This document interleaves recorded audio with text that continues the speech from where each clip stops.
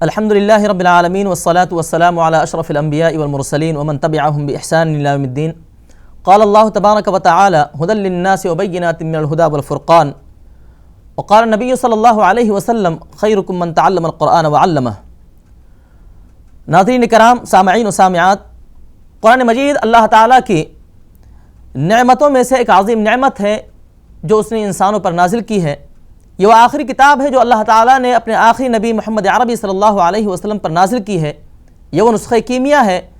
جس کے ذریعے سے انسان نہ صرف یہ کہ اپنے خالق حقیقی کو پہچان سکتا ہے، اس کی معرفت حاصل کر سکتا ہے، بلکہ اپنے حقیقی وجود کو بھی پہچان سکتا ہے. وہ جان سکتا ہے کہ اس کے لیے کامیابی اور کامرانی اور نجات کی راہ کون سی ہے، اور کس طرز حیات کو اختیار کرنے کی صورت میں وہ ناکامی، نامرادی اور ذلت و رسوائی سے دوچار ہو سکتا ہے. پیارے بھائیوں، قرآن مجید یہ وہ کتاب ہے کہ جس کے ذریعے سے اللہ تعالیٰ نے ہمیں اور آپ کو سربلند پیارے بھائیوں یہ وہ کتاب ہے کہ جو سب سے زیادہ پڑھی جانے والی کتاب ہے، اور افسوس کے ساتھ یہ کہنا پڑتا ہے کہ یہی وہ کتاب ہے جو سب سے زیادہ بلا سوچے سمجھے جانے والی کتاب بھی ہے، اور یہی وہ کتاب ہے جو بلا سوچے سمجھے پڑھی جانے والی کتاب بھی ہے. سامعین و سامعات، اللہ کے نبی صلی اللہ علیہ وسلم نے ان لوگوں کی تعریف بیان کرتے ہوئے ارشاد فرمایا جو لوگ قرآن کو پڑھتے اور پڑھاتے ہیں، اس کے اندر غور و فکر کرتے ہیں. فرمایا کہ تم بہترین لوگ ہو. خیرکم من تعلم القرآن وعلمہ. تم میں بہترین شخص وہ ہے جو قرآن کو سیکھے اور سکھائے. ایک جگہ اللہ کے نبی صلی اللہ علیہ وسلم نے ارشاد فرمایا من قرأ حرفا من کتاب اللہ فلہ حسنۃ والحسنۃ بعشر امثالها لا اقول الف لام میم حرف ولكن الف حرف ولام حرف ومیم حرف. اللہ کے نبی صلی اللہ علیہ وسلم نے ارشاد فرمایا کہ جو شخص اللہ کی کتاب سے ایک حرف پڑھتا ہے اس کے لیے ایک نیکی لکھی جاتی ہے، اور پھر اللہ تعالیٰ اس نیکی کو بڑھا کر 10 نیکیوں میں تبدیل کر دیتا ہے. میں یہ نہیں کہتا کہ الف لام میم ایک حرف ہے، بلکہ الف ایک حرف ہے، لام ایک حرف ہے، میم ایک حرف ہے. اللہ کے نبی صلی اللہ علیہ وسلم نے فرمایا کہ جو لوگ اللہ کے کسی گھر میں بیٹھ کر اللہ کی کتاب کی تلاوت کرتے ہیں، اس کا مذاکرہ کرتے ہیں، تو اللہ تعالیٰ ان پر سکینت نازل کرتا ہے، رحمتیں ان کو ڈھانک لیتی ہیں، فرشتے ان کو گھیر لیتے ہیں، اور اللہ تعالیٰ بطور فخر اپنے پاس موجود فرشتوں میں ان کا ذکر کرتا ہے. سامعین و سامعات، اللہ تعالیٰ نے اس کتاب کا تعارف کراتے ہوئے ارشاد فرمایا ہدی للناس وبینات من الہدی والفرقان، کہ یہ وہ کتاب ہے جو تمام انسانیت کے لیے سرچشمہ ہدایت ہے، واضح تعلیمات پر مشتمل ہے، اور یہی نہیں بلکہ یہ حق اور باطل کے درمیان فرق کر دینے والی کتاب ہے. گویا کہ اس کتاب کے اندر راہ ہدایت، راہ ضلالت اور حق اور باطل کے فرق کو کھول کھول کر واضح کر دیا گیا ہے. ایک جگہ ارشاد فرمایا کہ یہ کتاب تمہارے دلوں کے امراض کے لیے شفا ہے.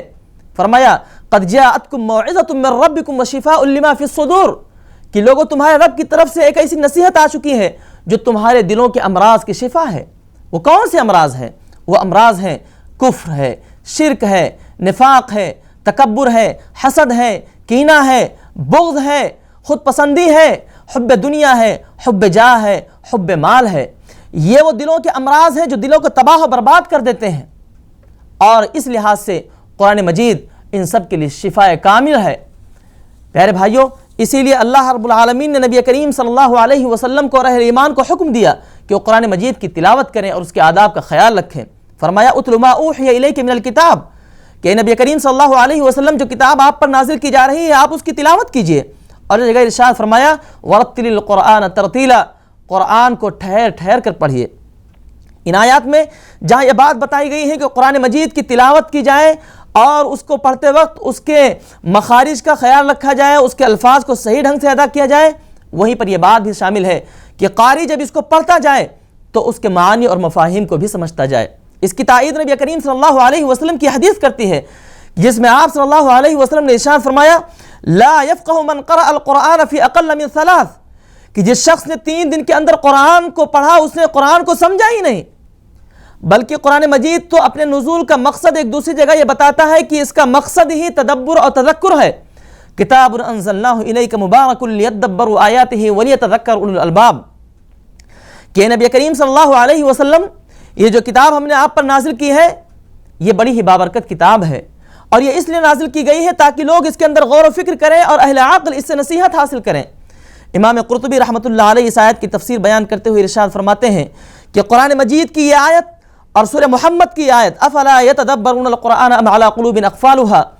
کہ یہ قرآن میں غور و فکر نہیں کرتے یا ان کے دلوں پر تالے پڑ گئے ہیں، یا قرآن مجید کے اندر غور و فکر کرنے اور اس میں تدبر اور تفکر پیدا کرنے کے وجوہ پر دلالت کرتی ہے۔ پیارے بھائیوں، یہ ایک بہت بڑا مغالطہ ہے جو یہ کہا جاتا ہے کہ قرآن ہر کسی کے سمجھ میں آنے والی کتاب نہیں ہے، بلکہ اس کو صرف علماء ہی سمجھ سکتے ہیں، جبکہ قرآن مجید کی آیت اس کے خلاف ہے اور اس کی تردید کرتی ہوئی نظر آتی ہے۔ قرآن تو کہتا ہے وَلَقَدْ يَسَّرْنَا الْقُرْآنَ لِلذِّكْرِ فَهَلْ مِن مُدَّكِرٍ، کہ ہم نے اس قرآن کو نصیحت کے لیے آسان کر دیا ہے، تو کوئی ہے جو اس سے نصیحت حاصل کرے؟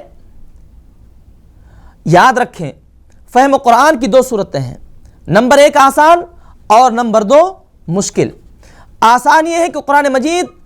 کی وہ تعلیمات جن کا تعلق عقائد سے ہے، جن کا تعلق ترغیب و ترہیب سے ہے، جن کا تعلق اوامر اور نواہی سے ہے، جن کا تعلق اخلاق حسنہ سے ہے، جن کا تعلق اخلاق سیئہ سے ہے، جن کا تعلق حقوق سے ہے، فرائض سے ہے، واجبات سے ہے، ان کو سمجھا جائے، ان پر عمل کیا جائے، اور اس لحاظ سے قرآن کریم بہت ہی آسان ہے اور اتنا فہم حاصل کرنا ہر مسلمان پر واجب ہے۔ قرآن مجید کی دوسری فہم قرآن کی دوسری شکل یہ ہے کہ قرآن مجید کے معارف اور معانی میں غور و فکر کیا جائے، اس کے اندر تفکر اور تدبر پیدا کی جائے، اس کی گہرائیوں اور گہرائیوں تک پہنچا جائے، اور قرآنی مسائل پر کلام کیا جائے اور اس سے مسائل کا استنباط کیا جائے۔ ظاہر ہے کہ اس مقام تک پہنچنا ہر کسی کے بس کی بات نہیں ہے، اس لیے کہ یہ قرآن نصیحت کی کتاب ہے، ہدایت کی کتاب ہے، اور یہ عمل کی کتاب ہے۔ فہم قرآن کے تعلق سے اور سہل قرآن کے تعلق سے علامہ انور شاہ کشمیری رحمۃ اللہ علیہ فرماتے ہیں، قرآن مجید کے سہل ہونے کا یہ مطلب ہرگز نہیں ہے کہ ہر شخص اس کی گہرائیوں اور گہرائیوں تک رسائی حاصل کر سکے، بلکہ قرآن مجید اللہ تعالیٰ کی مرضی کے مطابق زندگی بسر کرنے کا جو طریقہ بتاتا ہے وہ اس قدر آسان ہے، اس قدر شستہ ہے، اس قدر روشن ہے کہ اگر کوئی اس کو سمجھنا ہی نہ چاہے تو اور بات ہے، ورنہ قرآن اپنی حجت پوری کر چکا ہے۔ خلاصہ کلام یہ ہے کہ ہم اور آپ اس کتاب کی تلاوت کریں، اس کتاب کو پڑھیں، اس کو سمجھیں، اس کے اندر غور و فکر کریں، اس لیے کہ کتاب منشور حیات ہے، یہ کتاب دستور حیات ہے، یہ کتاب ضابط حیات ہے، اور بحیثیت مجموعی پوری انسانیت کے لیے یہ آب حیات ہے۔ اس لیے پیارے بھائیوں، آئیے اس آب حیات کو پی کر ہم اور آپ امر ہو جائیں۔ یہ وہ لائف انشورنس ہے کہ جو زندگی کے ساتھ بھی ہے اور زندگی کے بعد بھی ہے۔ وما علینا الا البلاغ۔ السلام علیکم ورحمۃ اللہ وبرکاتہ۔